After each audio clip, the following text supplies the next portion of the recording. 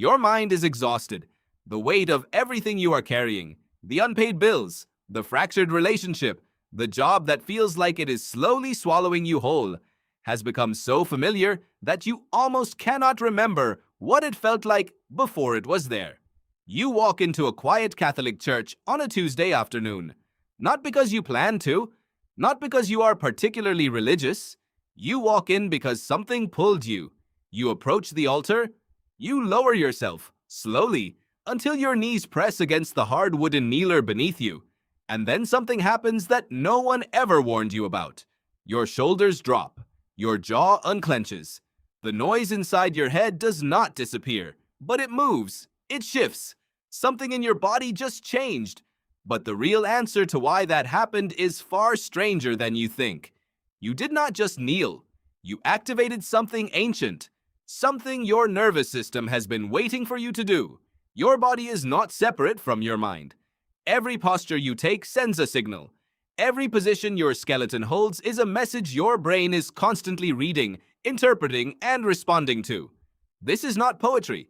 This is proprioception, the body's internal sense of its own position in space. And researchers have known for decades that proprioception is one of the most powerful and underappreciated regulators of emotional state that humans possess.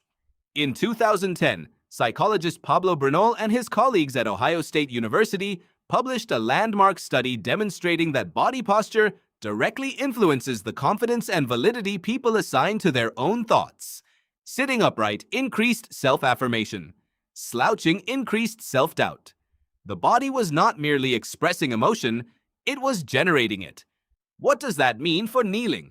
It means the moment your knees hit that wooden rail, you did not simply adopt a posture. You sent a neurological instruction. Kneeling is not weakness. Kneeling is surrender. And surrender, it turns out, is one of the most neurologically sophisticated things a human being can do. Think about what your nervous system is doing right now, in ordinary life. It is scanning. It is calculating threat. It is running a continuous background program that evolutionary biologists call hypervigilance, the ancient survival mechanism that kept your ancestors alive on the savannah by never fully relaxing, never fully lowering their guard. Your amygdala, the small almond-shaped cluster of neurons buried deep in your brain, is a threat detector that never sleeps. And in the modern world, with its invisible threats, financial ruin, social rejection, chronic uncertainty, that detector fires constantly, flooding your body with cortisol, the primary stress hormone, keeping you locked in a low-grade state of emergency that you have learned to call normal. But what if there was a physical movement that could interrupt that signal? What if your body already knows how to turn it off?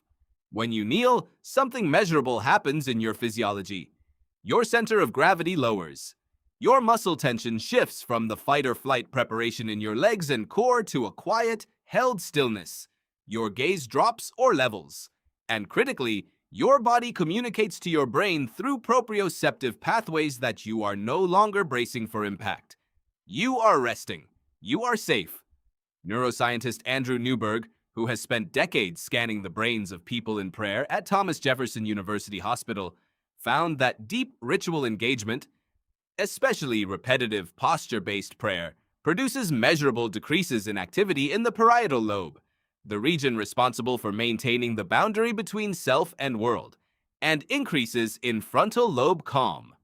The brain during ritual prayer does not look like a brain on alert. It looks like a brain that has finally been given permission to exhale. And the altar itself is not incidental to this. The altar is doing something specific to your brain. Humans are environmental creatures. Your nervous system does not experience itself in a vacuum. It reads its surroundings constantly, and it assigns meaning to spatial cues with extraordinary speed. Height triggers reverence. Candlelight triggers calm. Stone and wood trigger permanence, solidity, the sensation of something that has outlasted every anxiety you have ever felt.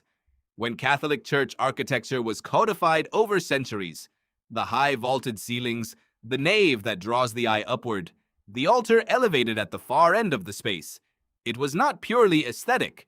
It was functional. It was a technology of perception. Psychologist Dacher Keltner at UC Berkeley has studied the emotional state of awe extensively, finding that awe, triggered by scale, grandeur, and the perception of something larger than the self, measurably reduces self-referential thinking, the mental chatter that tells you that you are behind, failing, falling short. Awe quiets it, and a Catholic altar, framed by candle flame and the smell of incense, surrounded by the scale of stone walls and silence, is an awe delivery system engineered across generations. So what is happening when you kneel before it? Your body lowers. Your amygdala receives the signal, not threat, rest.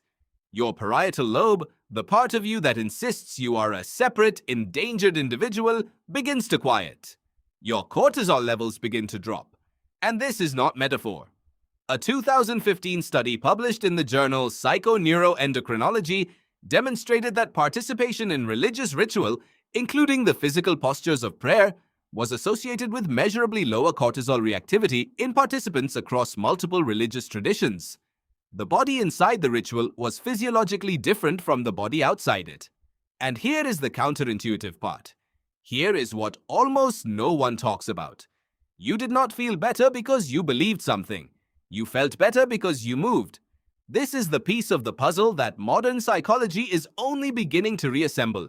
The ancient architects of ritual, the early church fathers, the monks who designed the liturgy of the hours, the builders of the great cathedrals, did not have functional MRI machines. They did not have cortisol assays. But they had thousands of years of watching human beings, and they discovered through observation what neuroscience is confirming through measurement, that the body leads and the mind follows. That if you want to change what a person feels, you change what a person does with their body first. Kneeling before an altar was never purely an act of worship. It was an act of neurological intervention. It was a way of telling the most primitive part of your brain, the part that does not understand words or arguments or reassurances, the part that only understands position and posture and physical signal, that everything is all right, that you have arrived somewhere safe, that you can put the weight down now. Researcher Patty Van Cappellen at Duke University has studied the relationship between religious bodily practices and positive emotion, finding that the physical movements of worship, bowing, kneeling, raising hands, are not merely expressions of inner states, but generators of them. The body is not mimicking the feeling. The body is creating it.